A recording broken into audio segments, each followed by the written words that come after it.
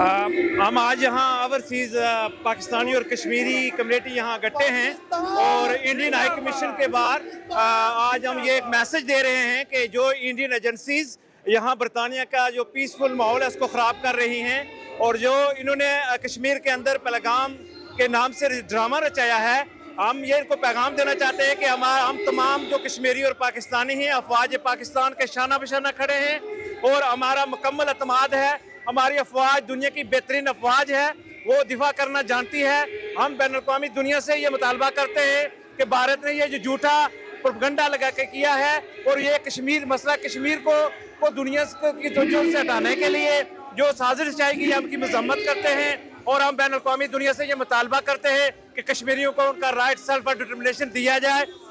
हम कश्मीर का जो है ना पीसफुली तरीके से इसका हल चाहते हैं। अगर भारत को ये कोई उसके ख्वाब व ख्याल कुछ उनको नशा है तो वो हमारी अफवाज उसका मुंह तोड़ जवाब देगी। ना सिर्फ हमारी फौज बल्कि हमारी पूरी कौम एक दीवार एक सिपाह एक दीवार की तरह खड़ी है। इंशाअल्लाह हम चाहते हैं कि मसला कश्मीर को बैन अवी दुनिया ने जो उनसे वादा किया था उन करारदादों के मुताबिक हल किया जाए। पाकिस्तान जिंदाबाद, अफवाज पाकिस्तान पाइंदाबाद।